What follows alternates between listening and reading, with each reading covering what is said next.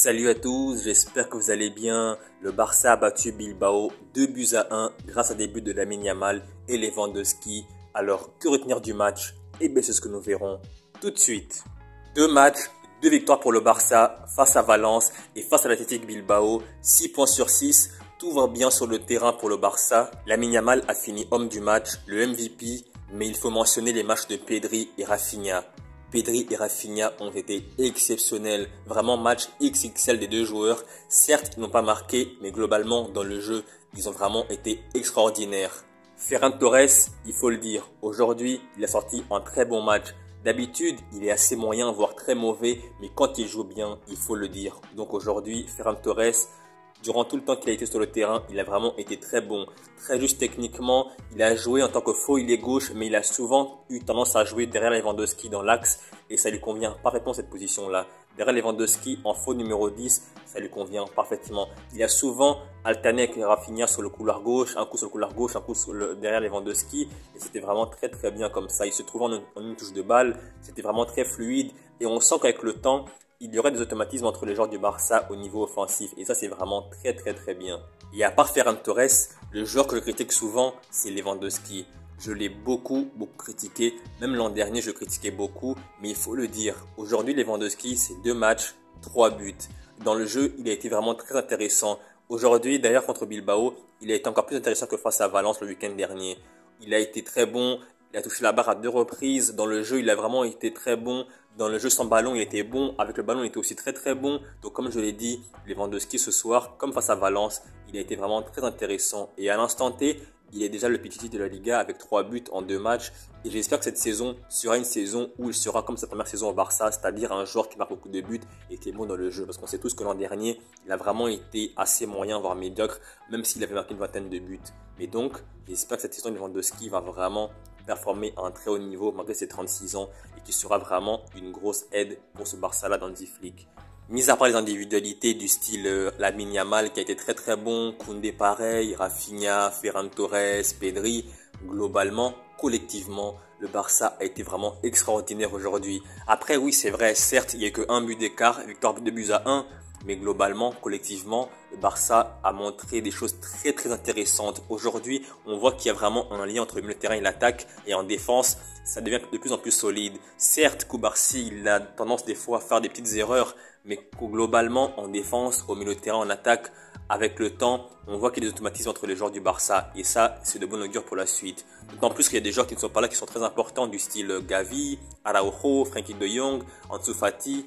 Quand ils seront de retour de blessure, en plus que Dani Olmo n'a pas encore joué avec le Barça, quand tous seront sur le terrain, ce sera vraiment un Barça très très très bon, agréable à voir jouer. En tout cas aujourd'hui, on prend du plaisir à voir jouer le Barça et ça, c'est vraiment une bonne chose. Parce que l'an dernier avec Xavi, on voyait le Barça gagner des matchs, c'est vrai, mais globalement c'est vraiment très positif dans le contenu. Mais là, avec Hansi Flick, petit à petit, on voit un Barça qui est vraiment très bon dans le jeu, qui est agréable à voir jouer. Et ça, c'est une très bonne chose et de bon augure pour la suite de la saison. Au-delà des performances individuelles et collectives au Barça, je constate une chose qui est très très importante et qui est vraiment très positive. C'est qu'il y a une concurrence énorme entre les joueurs, notamment au milieu de terrain et en attaque. Et ça, c'est très très bon. Aujourd'hui, on a Rafinha qui peut jouer à tous les postes offensifs. Il peut jouer en faux numéro 9, il peut jouer en numéro 10, il peut jouer les droits et les gauches et il est très très bon. Lamine Yamal, il est quasiment intouchable. Fermin Lopez, même s'il n'est pas intouchable, c'est un joueur très important. On l'a vu durant les Jeux Olympiques, on l'a vu l'an dernier avec Xavi. C'est vraiment un joueur qui est très très très bon. Pedri, j'en parle même pas. Gavi, à son retour de blessure, il sera un joueur majeur. Frenkie de Jong, c'est pareil. Donc vraiment, comme je l'ai dit, à tous les postes offensifs, le Barça, il y a de la concurrence. Et Dani Olmo, qui vient de signer au Barça, il n'a pas encore joué, mais tôt ou tard, il va jouer. Il est aussi un joueur de classe mondiale. Devant, il y a Lewandowski qui a comme remplaçant pour Victor, qui est vraiment un joueur qui a certes que 22 ans, mais qui est vraiment une bonne doublure. Donc voilà, globalement, au milieu de terrain et en attaque, il y a vraiment de la concurrence de très très haut niveau et c'est très bon pour le Barça qui est des joueurs quasiment du même niveau, qui sont top, mais qui ont quasiment le même niveau et qui sont en concurrence. Et ça, c'est vraiment bon. En dehors du terrain, on sait tous une chose. Parler mal du Barça, c'est vraiment une chose courante. Les réseaux sociaux, j'en parle même pas. Sur les réseaux sociaux, il y a vraiment que de la toxicité autour du Barça. Tout le monde le sait, l'entourage autour du Barça, c'est vraiment très toxique. La direction est ciblée, les joueurs sont ciblés. Donc vraiment, le Barça Tous les jours qui passent, il y a toujours des mauvaises nouvelles. Mais heureusement, sur le terrain, les gens répondent présents et Hansi Flick démontre avec le temps que c'est vraiment un entraîneur fait pour le Barça pour l'instant. Mais j'espère que sur le long terme, sur le moyen et long terme, le Barça va continuer comme ça et que le Barça va vraiment continuer une performance exceptionnelle, XXL, et que chaque joueur répondra aux attentes placées en eux. Avec sa victoire ce soir face à Bilbao, le Barça met la pression sur le Real et sur l'Atlético Madrid. 4 points d'avance sur le Real Madrid et sur l'Atlético Madrid. Donc vraiment, comme je l'ai dit, le Real et l'Atlético ont une grosse pression. Tous les deux jouent demain avec 4 points de retard sur le Barça. En cas de faux pas, ils sont vraiment dans le pétrin. Ils ont tout intérêt à gagner demain face à Valladolid et face à Gérone.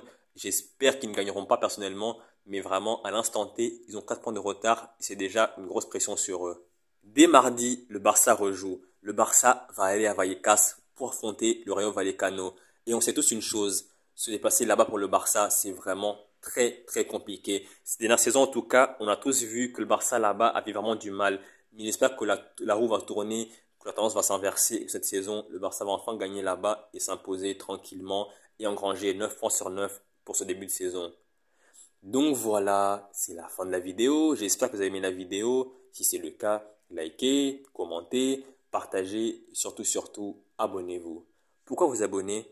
Eh bien tout simplement pour ne rien rater de la suite de mes vidéos. Salut et à la prochaine.